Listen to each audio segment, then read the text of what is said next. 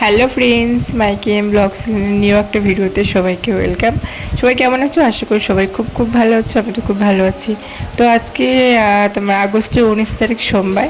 তো আমি আজকে চলে আসলাম শিব মন্দিরে, বাট এটা আমাদেরই মন্দির আর কি। তো এখানে মানে খুব জাগ্রত থান, এখানে চড়ক হয় চৈত্র মাস করে। তো ভাবলাম আজকে তোমার সাথে সব কিছু শেয়ার করি। তো ভিডিওটা ভালো লাগলে অবশ্যই কিন্তু লাইক, কমেন্ট এবং সাবস্ক্রাইব করে দেবেন আমাদের পরিবারের সদস্য হতে চাইলে, ঠিক আছে? চলো, এই দেখো আমি নিয়ে এসেছি ভেতরে। তো এটা হচ্ছে আমাদের শিব মন্দির বাড়িতে, মানে বাড়ির আর কি। তো এই দেখো আমি ভিডিওটা তোমার পুরোটাই করছিলাম, তো ভাবলাম তোমার সাথে একটু শেয়ার করে দিই, তোমাদের খুব ভালো লাগবে। তো আজকে যে কারণের জন্য আমি একটু মন্দিরে এসেছি, তো আজকে মন্দিরটা এসেছি আমি যে আজকে সোমবার, যে নারায়ণী সিন্নি আছে, সোমবার দিন ভালো একটা তিথি আছে, তার জন্য আর কি মা মানে প্রতি করে আর কি ভোগ দিচ্ছিলো, পুজো দিচ্ছিলো। তো আমি দেখো ঝাড়বাতিটাও ক্যাপচার করলাম, মানে খুব সুন্দর ঝাড়বাতিটা গান হয় ওতে, মানে খুব সুন্দর লাগছে। এটা হচ্ছে আমার বোন, ঠিক আছে? তো ওকে হাই করে দিল, পোজ দিয়ে দিল যে একটু ভিডিও করে আমাকে দেখাতে, বললাম ঠিক আছে দেখাচ্ছি তোকে। তো দেখো এটা হচ্ছে ভেতরে পুরো টাইলস দিয়ে কাজ করা মন্দিরটা। এটা হচ্ছে নিচে পাথর বসানো, ঠিক আছে, মার্বেল পাথর।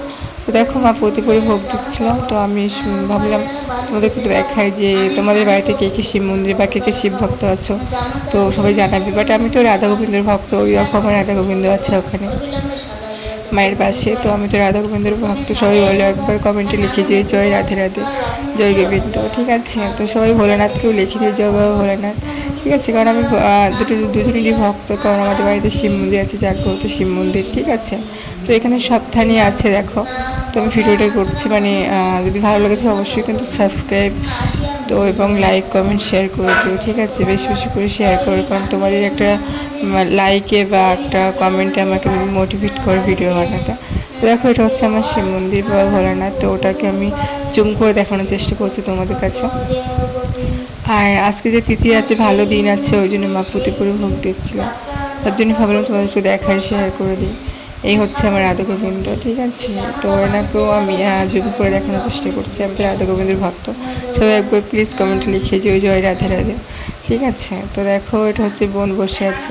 তো ফাইনালি পুজো হয়ে গেছে। পুজো হওয়ার পর মা ঠাকুরকে মানে মানে খাবারে হয়ে গেছে, বাইরে গেছিলাম, বাইরে থেকে এসে এই যে খুব তোমার মা শুবিয়ে দিচ্ছিলো, মানে ঘুম পাড়িয়ে দিচ্ছিলো শিব ঠাকুরকে, ঠিক আছে? তো এটা হচ্ছে আমার ঠাকুমা, তো প্রসাদ তুলছিল ঠাকুর, মানে পুজো দেওয়া হয়ে গেছে, প্রসাদ তুলছিল, প্রসাদ তুলে এবার বাইরে নিয়ে যাবে। তো এটা আমার ঠাকুমা, ওখানে অনেকেই ছিল, মানে তাদেরকে একটু গালাগালি বকাবকি করছিলো, কারণ ঝামেলা করছিলো ঠাকুর এসে বাচ্চারা, তো ওই জন্যে। তো দেখো মা ঠাকুরকে ঘুম পাড়িয়ে দিচ্ছে, শুবিয়ে দিচ্ছে। দেখো আমি জুম করে তোমাদের দেখাচ্ছি শিব ঠাকুরটা। মানে মা বলছে যে কোন দিক হিসেবে, মা তো অত মানে ঠাকুর করে আসে না অনেকদিন, ওই জন্য জানি না আর কি, বুঝতে পারছিলাম না। তো দেখো তো শিব ঠাকুরকে ঘুম পাড়িয়ে দিয়েছে। তো আমার ভিডিওটা যদি অবশ্যই ভালো লাগে থাকে অবশ্যই লাইক, কমেন্ট, শেয়ার করে দিয়ে দেখা হচ্ছে নেক্সট ব্লগে। টাটা।